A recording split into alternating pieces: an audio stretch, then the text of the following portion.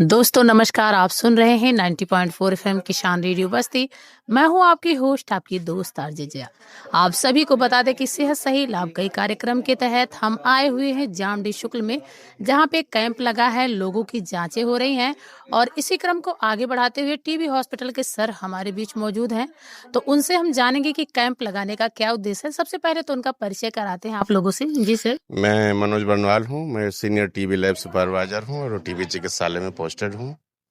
और 24 मार्च 2026 से 100 दिवसीय सघन टीबी खोज अभियान चल रहा है, जिसके अंतर्गत सरकार का ये उद्देश्य है कि हम गांव-गांव, घर-घर जा करके जो छिपे हुए टीबी के रोगी हैं, उनको चिन्हित करके उपचार पे लाएं और उनका यथाशीघ्र दवा शुरू करके समाज को क्षय रोग से मुक्त करें। जी सर, जैसा कि मैं देख पा रही हूँ कि यहाँ पे आज कैंप लगा हुआ है, बड़ी संख्या में लोग आ रहे हैं, तो इसके बारे में आप क्या कहेंगे?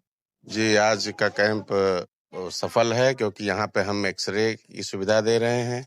जो लोग 14 साल से ऊपर के हैं, उनका एक्स-रे करवाया जा रहा है, उनका बीपी नापा जा रहा है, उनका आरबीएस का जाँच हो रहा है, बीएमआई लिया जा रहा है। साथ में जो भी कुछ हमको संदिग्ध लग रहे हैं, उनका हम बलगम का नमूना भी एकत्र करवा रहे हैं। जी। अब तक कितनी जाँचें हो चुकी हैं सर? अब हम करीब 50 के पास एक्स-रे पहुँचने वाले हैं और लगभग 32 बलगम के नमूने इकट्ठे किए गए हैं। जितना भी एक्स-रे हुआ, उन सबका शुगर का जाँच, बीपी, बीएमआई सबका लिया गया है, जिसमें वजन और उनकी लंबाई भी ली गई है। हीमोग्लोबिन भी साथ-साथ हम चेक करवा रहे हैं। जी सर। मैं ये भी जानना चाहूँगी कि जैसे टीबी जैसे रोग, मतलब किसी को टीबी हो जाता है, तो लोग कहते हैं कि इनसे दूरी बना के रखो, छुआ-छूत है, तो इसके बारे में आप क्या कहना नहीं, चाहेंगे? ये बहुत गलत भ्रांतियाँ हैं समाज में। टीबी कभी ऐसा समझा जाता था कि लाइलाज बीमारी है, लेकिन अब ऐसा नहीं है। टीबी की पूरा 6 महीने का कोर्स है। अगर क्षय रोगी नियमित अपनी दवा का सेवन अच्छे खान-पान के साथ करेगा, तो रोग मुक्त हो जाएगा। इससे किसी को घबराने की कोई बात नहीं है। फेफड़े की टीबी का जो मरीज बलगम धनात्मक होता है, उससे थोड़ा-सा रोग फैलने का खतरा होता है। तो हम उन मरीजों को समझाते हैं कि जब भी किसी से बात करें, सीधे मुँह पे ना बात करें, सीधे मुँह पे किसी के खाँसी छींके नहीं। जब भी बात करें अपने मुँह पे रुमाल, गमछा कुछ भी लगा लें, या अगर उपलब्ध हो तो मास्क लगा के बात करें। बाकी ऐसा नहीं है कि मरीज को हम घर से बाहर कर दें, समाज से बाहर कर दें, ऐसा कुछ नहीं। थोड़ी-सी जागरूकता की कमी है जो लोग इस तरह का काम करते हैं। बाकी फिर भी पहले से बहुत ज़्यादा अवेयरनेस लोगों के अंदर हो गई है, अब पहले वाली बात नहीं रह गई है। अगर कोई टीबी पेशेंट आपके पास आता है, खाने-पीने की उसे क्या सलाह देते हैं कि कैसे भोजन, कैसे आहार लेना है उसे? देखिए, जो भी उसकी स्थिति है, वो अपना नियमित आहार करे, दाल-रोटी की ही व्यवस्था है, वही खाए, लेकिन जो खाए भरपेट खाए। तेल, मसाला, खट्टी चीज़ें नहीं खानी होती हैं ऐसे रोगियों को। बाकी जो भी उसको उपलब्ध है, ईश्वर ने उसे दिया है, वो हर चीज़ अपना सेवन कर सकता है।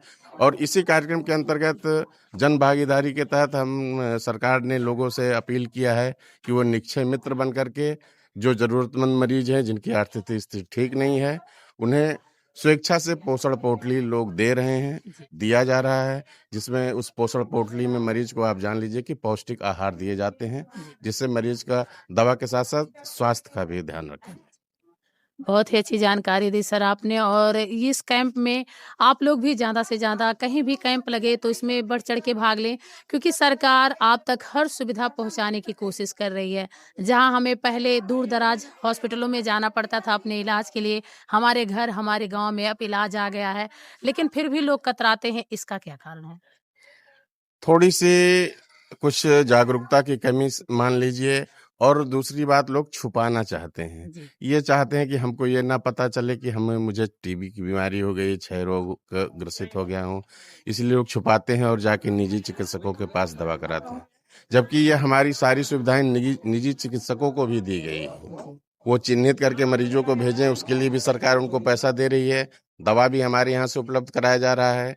डीबीटी का 1000 रुपए प्रतिमाह का भी सरकार उनको पोषण योजना के तहत प्रदान कर रही है, जी। और पोषण पोटली के तहत भी उनको जो है पोषण पोटली दिया जा रहा है।